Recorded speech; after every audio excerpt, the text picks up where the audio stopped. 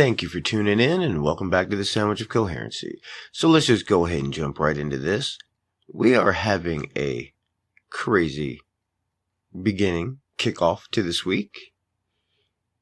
We have the Michael Sussman trial, the Clinton attorney that lied to the FBI, who is on trial now for lying to the FBI about all the stuff that just dealt with the Russian collusion hoax that the Democrats spun.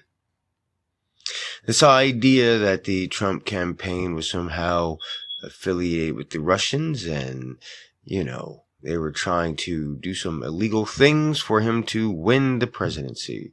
Mind you, Hillary Clinton never really conceded the fact that she lost. Hillary Clinton has the whole time said that Trump was invalid in winning the nomination. I mean, I think it's just absolutely insane, and we have to look at that because many presidents have argued their loss of an election, and many candidates have argued the loss of an election. Al Gore, George Bush Jr. I mean, that was a huge contestation that came down to Florida. So let's understand this idea of having problems with the election, having to have recounts and these things like that. These are not something that's new. They might seem new to some people because they have either forgotten or some people, I don't know, that are talking about it that aren't old enough to vote, I guess, weren't born yet.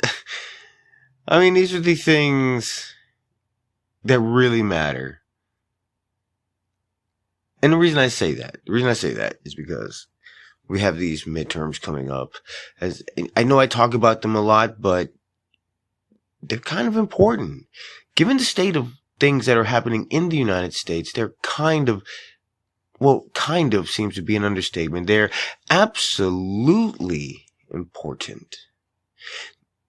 But let's not get off too far from the topic. The problem here is the trial over this attorney that lied to the FBI, because you'll notice that the mainstream leftist media doesn't seem to really be covering the important part about this. They seem to be willfully ignorant. Why? Because they've been spinning the opposite narrative the entire time. And what is that you're asking that they're trying to avoid? Well, according to testimony during the trial, Hillary Clinton is the one that approved giving the Trump/Russia allegations to the reporters. And understand, this whole Russian collusion thing is bigger than you really think about it. There were Democrats that knew that this was fake, and there were many that didn't. But the ones that knew it was fake ran with it. The ones that didn't, when they found out that it was fake, they ran with it. Think about it. They ran it all the way up to an impeachment, knowing that the information was false. Understand that any time they could have admitted, they could have shut it down. They could have looked into it. But they knew that it was false, and they ran it all the way to have a bogus impeachment trial. So let's think about that. We knew the whole time that the information was false, but media, at the behest of the Democrat people on the left and whatnot, that information was suppressed. You were considered a conspiracy theorist if you dared ask the questions. So we're to this point now. And we have, we have the John Durham reports. the special prosecutor set to investigate all this. We now have all this damning information, which basically corroborates everything that we've known, considered, and had already seen. So this is huge. This is a big deal. And the reason this is a big deal is because, understand, that would mean that all those that wanted to go forth with the impeachment, knowing it was faked, are beyond corrupt. That should show you that they were willing to do what it takes to cheat and get the results that they wanted because they didn't like the outcome. Now look, I'm not going to sit here and pretend like the Republicans are just these great people all around. No, absolutely not. Because lest we forget, because they seem to have also forgotten that they were the very ones during the whole 2016 election cycle that didn't want Trump to have the nomination. They were tagging him just as much as the left were. They were just as bad. So again, they get no points from me for that because they're the ones who are many of them trying to sit here now and act like they never were sharing that opposition, but they absolutely were. So for those, I still hold them at bay because you really have to be careful. Just because the politician is in the party that you like doesn't mean you glorify or heroify them. No. They are still politicians and they still must be held accountable to their jobs. Doesn't matter what party you represent. And if they represent your party, you should be much harsher and harder on them and the things that they do because they're the ones that are supposed to be setting the example. It's the same thing I feel about dealing with law enforcement and dealing with people in government and politics, all around in general, is that you're the ones that make the laws. You're the ones that are set to enforce the laws. So punishments for you should be even harsher. Okay? Harsher. Kind of like those politicians that said those very harsh laws for people who use things like cocaine and crack and all those other things. And then they get caught and somehow they get slapped on the wrist. Think about it. They said a law that the drug has to have a 5, 10, 15 year minimum or some shit like that. They get caught and, you have to step down from office and that's that. It's like, yo, this is the dude who said we need this law. He should be one mandatory to have to serve it, period. Period. If it's good enough for the goose, it needs to be good enough for the gander. At least that's what I have always heard. But let's jump into this article by the Epoch Times. Hillary Clinton approved giving Trump Russia allegations to reporter, according to the testimony. Hillary Clinton green-lighted the plan to give allegations against then-presidential candidate Donald Trump to a reporter ahead of the 2016 election. Clinton's campaign manager testified in federal court on May 20th. We told her we have this and we want to share it with the reporter. She agreed to that, former Clinton campaign manager Robbie Mook said. The allegations purportedly showed a secret back channel between Trump's business and Russia's Alpha Bank. Okay. Computer scientists have apparently uncovered a covert server linking the Trump organization to a Russian-based bank, Clinton wrote in a Twitter post. And this is the problem, is that all of that was not true. You had Adam Schiff trying to have email messages altered. I mean, we had emails altered to try and get FISA warrants.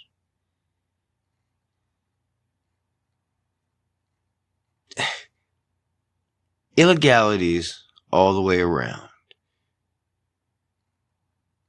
And We saw the show continue on into the 2020 elections. I can't say without causing a stir too much, but I will say this, that I do not believe that these were the safest, most secure elections. I don't believe it, because I can't believe the testimony given by the cybersecurity chief that testified to Congress that these were the most secure elections, and then turned around and said that the United States wasn't so secure when the power grid was hacked. I just can't get behind that. I have to ask questions. We all should be asking questions. You should ask questions of your politicians. You need to know things.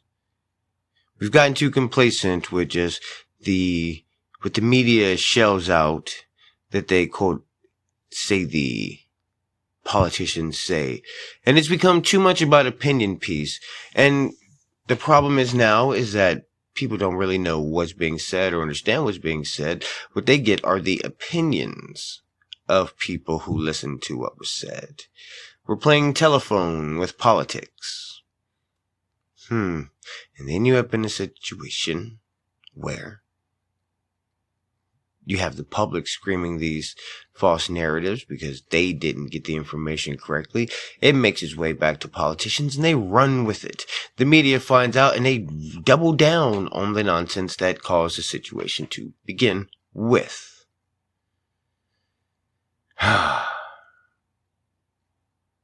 This is just, the craziness of it.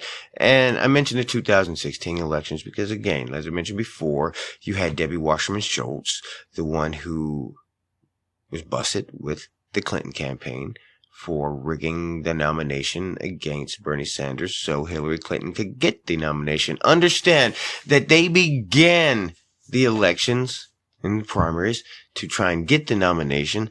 They rigged that. And as they said, the courts found, I guess it was their nice liberal judges, found that, they did nothing wrong. It's in they have the right to do that. Okay, well, the reality is that they didn't know. And what they did, they thought was illegal, which is why they tried so hard not to get caught. And then you get into the actual election, and during the campaign, you have this woman, again, breaking the law. Now, one of the things that I was upset with is the simple fact that Trump the entire time said that they were going to bring charges. They were going to investigate this. Yes, we're getting it now, but I wish we could have gotten it sooner. This is better than nothing, but it would have been nice if we'd have gotten it sooner. So, can't fault it for that, but we're going to wait and see how the rest of this trial goes, because this is very, very important. This is very important. And, I will say that as more and more of this comes out, what's really happening is that people are losing faith in the election process. And they're not losing faith in the election process because of the Republicans so much, but more so because of the actions of the Democrats. Think about it. Latino support went from 60% down to around 26%.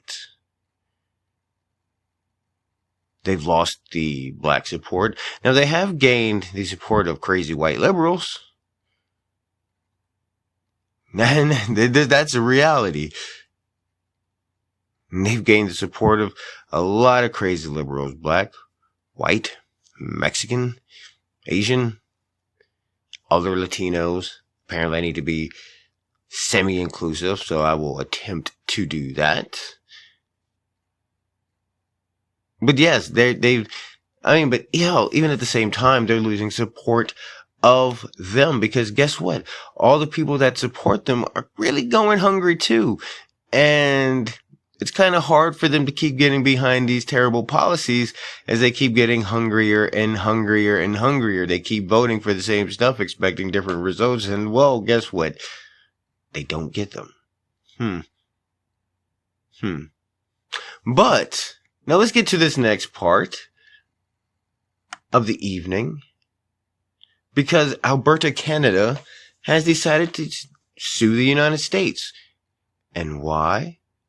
Because Biden canceled the Keystone XL pipeline. So here's the thing.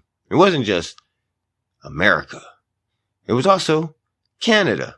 So when he signed that executive order to shut it down and said, fuck the United States, he also gave a big fuck you to the Canadians. Because guess what? They lost jobs too. Good job there, Biden. But let's go ahead and jump right into this Senate hearing. That's okay. You're okay. Okay. We love North Dakota. We love Alberta, too. They're great neighbors. And Premier Kennedy, it's good to see you here again. As you know, Montana and Alberta have long worked together. We have strong economic ties. We share firefighting resources. Our electric grids are intertwined. Two of our national parks connect to form the crown of the continent. The partnership between Montana and Alberta, as well as the United States and Canada, creates jobs, it provides energy and food security, and increases the economic prosperity of both of our countries. Unfortunately, in one stroke of a pen, President Biden, hours after being sworn and hours after talking about uniting America, then divided it when he damaged and undermined that partnership we had when he canceled the Keystone XL pipeline. Premier, you know better than most what the Keystone XL pipeline meant for jobs, revenues, and energy security. I've been spending time with leaders in Eastern Europe. Vladimir Putin has Eastern Europe and Europe over a barrel right now because of dependencies on Russian oil and gas. And that's why Alberta filed a suit against the United States seeking $1.3 billion in damages. Let me just read a line from that filing. The Biden administration's decision to revoke the Keystone XL pipeline, and I quote, resulted in the loss of thousands of jobs, caused systemic harm to the American, Canadian, and Albertan economies, and diminished the highly integrated North American energy system upon which future North American prosperity will continue to rely. We just saw gas prices at an all-time record. My Montana farmers and ranchers are driving up now and seeing diesel at nearly $6 a gallon. That line from that lawsuit, I think, sums it all up. As you point out in your testimony, when gas and energy prices hit record heights, families are struggling. And for many people, just so you know, there are parts of California, as we're moving towards Memorial Day weekend, that are charging almost $8 a gallon. Almost $8 a gallon. We went from 2 and some change to, nearly $8. And remember when the Democrats were talking about how crazy it was, how terrible the Trump economy was, how terrible he was doing on things when the petrol went from, what was it, $2.30 to $2.76, $2 and something like that. It was seriously like they screamed and ranted about how terrible it was because you saw like a 60-cent, almost a 60-cent increase in price. And that was it. We've gone from 2 and some change now to damn near $8. $6 in some places. For the first time recently, fuel prices have reached over $4 in all 50 states. And according to the Department of Interior, the Department of Energy, and according to the White House, this is Putin's fault. These rising prices on fuel and goods and services months upon months upon months, about a year before Putin did anything. No, this is all his fault. According to them, none of Biden's executive orders or policy changes or shifts had anything to do with it. No, he couldn't have. That's bullshit. And the fact is, they think that the American people are stupid. I don't know if you are. But I'd like to think that you're not. And I'd like to believe that the American people are smart enough to see through this charade. And I believe they are. I believe they are. And that's one of the great things, is being able to have faith in your fellow man. And I have faith in the citizens. I have faith that they will be able to see through this, and come these midterm elections, they'll help begin by making the shift. It'll make rolling into 2024 a lot easier. We won't get all the seats this midterm, but we'll gain quite a few, and possibly we'll be able to keep them and gain a few more in 2024. So let's see how this goes and see if we can level the playing field and increase the political score. But I thank you for tuning in, and we'll catch you next time.